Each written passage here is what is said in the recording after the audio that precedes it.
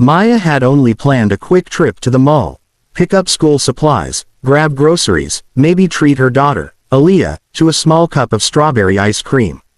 Nothing more. Her life as a single mom revolved around routines and careful planning.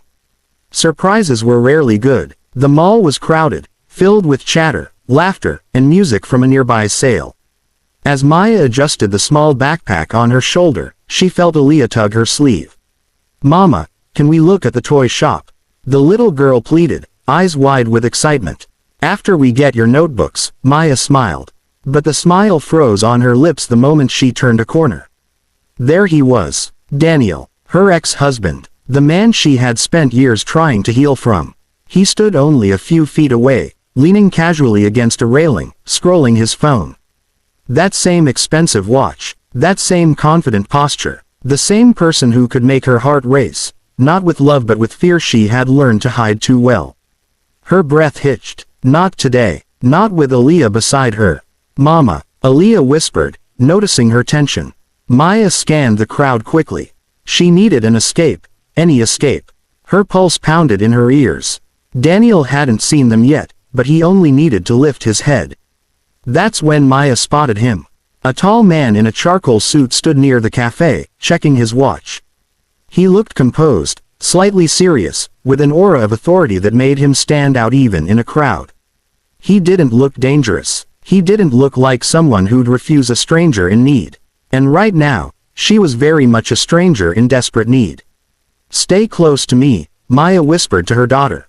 Then she walked straight toward the man, her heart hammering. He looked up just in time to see her approach, panicked, breathless, eyes pleading. "Please, just for a moment, pretend you're with me," she whispered hurriedly. Before he could react, she gently grabbed his arm. His brows rose in surprise, but he didn't pull away. Daniel glanced toward them, his eyes narrowing when he saw Maya standing close to a well-dressed stranger. After a long, assessing glare, he finally turned and walked off in the opposite direction. Only when he disappeared did Maya let out a shaky breath and step back. I'm so sorry," she stammered. "I didn't mean to invade your space. I just needed help." The stranger studied her quietly, then his expression softened.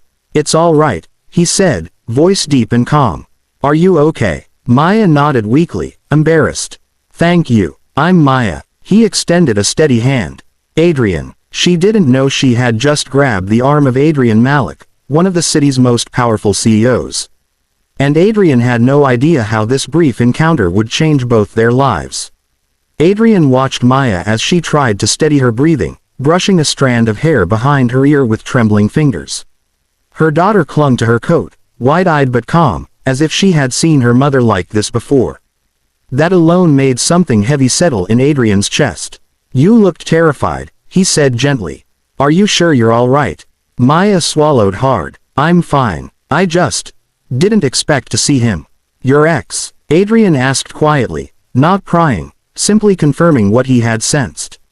Her silence was enough. Maya glanced away, embarrassed by her earlier panic. She was used to handling things alone, used to hiding her vulnerability. Today, everything had spilled out too quickly. "I'm really sorry," she said again. "You probably think I'm crazy." Adrian shook his head. "No, I think you were scared. And people do desperate things when they're scared." The kindness in his tone was so unexpected that Maya's throat tightened. She wasn't used to strangers speaking to her like that, without judgment. Without impatience, without superiority. Aaliyah tugged her sleeve. "Mama, can we have ice cream now?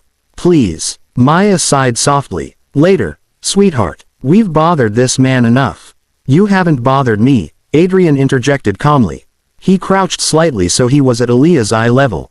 "What's your favorite flavor?" Aaliyah's shyness disappeared instantly. "Strawberry." Adrian stood and nodded toward the cafe. "Then how about I buy you both something? You look like you could use a break." Maya opened her mouth to refuse. She should refuse, she barely knew him. But the warmth in his expression, the steady aura he carried, and the fact that he had helped her without question, it all weakened her resolve. "Just one cup," she said finally, her voice soft. "And only because she'll never stop asking." Aaliyah cheered. They settled at a small round table near the window. The sunlight cast soft gold across Adrian's suit, making him look even more polished than before. He didn't seem like someone who frequented mall cafes. Yet he sat with ease, as if he could adapt to any environment. Maya stirred her latte slowly, feeling oddly exposed. "I'm not usually like this," she murmured. "It's been a difficult year."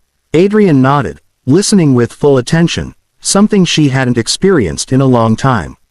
"Tell me only what you're comfortable with." She hesitated, then exhaled. "Daniel and we had a toxic marriage. Control turned into manipulation, and eventually, fear. I left for my daughter. I left because I didn't want her growing up thinking that's what love looks like." Adrian's jaw tightened. Not with anger at her, but at the thought of any man treating someone this way. "You were brave to leave," he said quietly. Maya bit her lip, overwhelmed. She hadn't expected empathy from a stranger. She had expected awkwardness, maybe a quick goodbye. Not this slow, steady reassurance that made her feel seen. Aaliyah licked her ice cream happily, completely oblivious to the emotional weight at the table. "You didn't tell me your name earlier," Maya said softly. "Adrian," he repeated with a polite nod. "Just Adrian." Maya smiled faintly. "Thank you again. You helped me more than you know." He held her gaze for a moment, something unreadable flickering in his eyes. "Any time," he said quietly. "You don't have to face everything alone." Maya looked away, flustered by how sincere he sounded. And Adrian didn't understand why one frightened woman and her bright-eyed daughter had unsettled his carefully structured world. But he wanted to know more. 2 days later, Maya stood in front of the glass building of Malik Enterprises, her new workplace. The skyscraper rose like a steel giant, its mirror-like panels reflecting the clouds. She felt small, yet proud. This job was a fresh start. A stable paycheck, security for Aaliyah, a life she was building from scratch. She smoothed her blouse nervously and stepped inside. The lobby buzzed with activity, professionals in tailored suits, the click of heels, the soft hum of conversations. Everything felt bigger, brighter, and more intimidating than any job she'd had before. The receptionist guided her to the orientation hall. "Your department's welcome briefing is starting now." Maya nodded, clutching her folder to her chest. As she stepped into the spacious conference hall, her breath faltered. Rows of new hires filled the seats, and at the front was a stage with a beautiful digital backdrop showing the company logo. Maya chose a seat near the back. She exhaled, calming her nerves. Then the room quieted, the lights dimmed slightly, and a tall figure stepped onto the stage. Maya's stomach dropped, her heart stopped, her fingers went numb. It was him, Adrian, the man from the mall, the stranger whose arms she had clung to, the man who had bought her daughter ice cream, the man with gentle eyes and a warm voice. Except now, he was different, composed, authoritative, surrounded by board members, a presence that commanded the entire room. "Good morning," Adrian said, his tone rich and steady. "I'm Adrian Malik, CEO of Malik Enterprises." "Welcome, CEO." Her pulse hammered. CEO. She hadn't misheard. She stared at him, stunned, heat creeping up her neck. How had she been so blind? How had she mistaken a powerful, polished CEO for a simple stranger at the mall? Her world tilted. Adrian scanned the crowd, professional, detached, until his eyes landed on hers. And froze. Recognition flickered instantly. His eyebrows rose just slightly, a spark of surprise breaking through his composed facade. Then something softer, something dangerously close to a smile, touched his lips. Maya's breath caught. He knows. He remembers. She dropped her gaze, wishing she could disappear beneath the chair.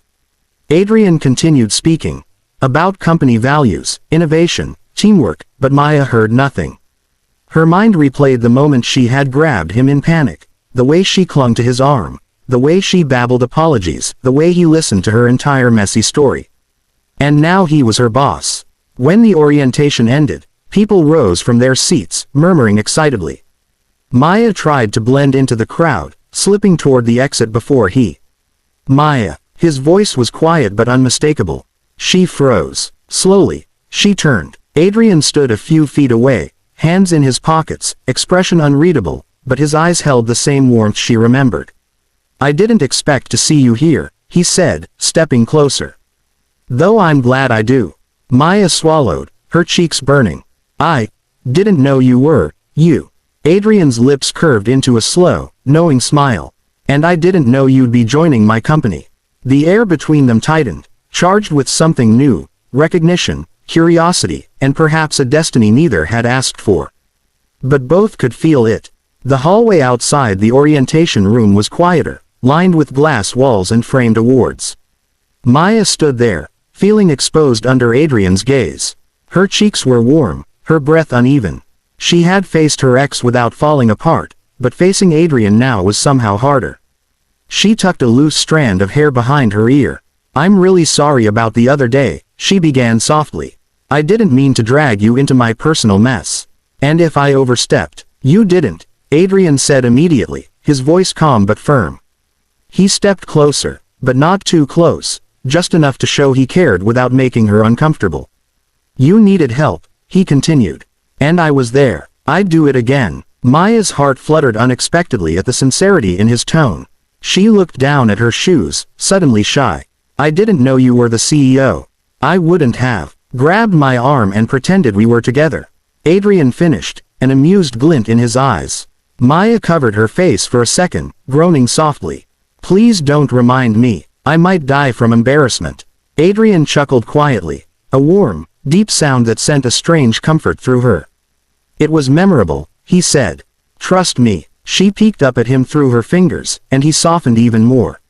Look, Adrian said gently, his voice dropping, whatever you're dealing with, whatever makes you afraid, you don't have to face that alone. Maya blinked, startled. Why would you say that? You don't even know me. Maybe, Adrian replied, but I know what fear looks like. And I know strength when I see it too.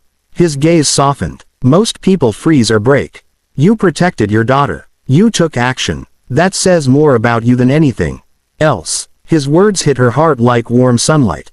For years, she had been told she was weak, helpless, over-emotional.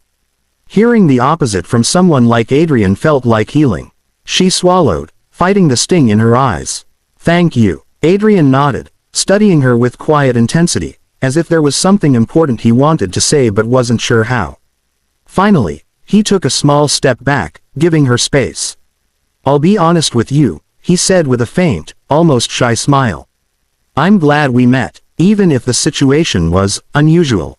Maya laughed softly, the tension easing. I don't usually ambush strangers at malls. I promise. I hope not, he teased lightly. But if you ever need help again. He paused, his voice dropping just enough to feel personal. You don't have to pretend. Maya looked up at him, meeting his eyes fully for the first time since the orientation. There it was again. That quiet warmth, that strange comfort, that sense of safety she hadn't felt in a long time. Thank you, Adrian, she whispered. He smiled. A real one. Good. I prefer my name without the sir, anyway. Maya let out a tiny breath of relief. I'll try to remember that. As she turned to leave for her department, Adrian called softly behind her. Maya, she paused, glancing back. Let's start properly next time, he said. No emergencies. No pretending. Their eyes held for a moment. A silent promise of something beginning, something gentle, something unexpected.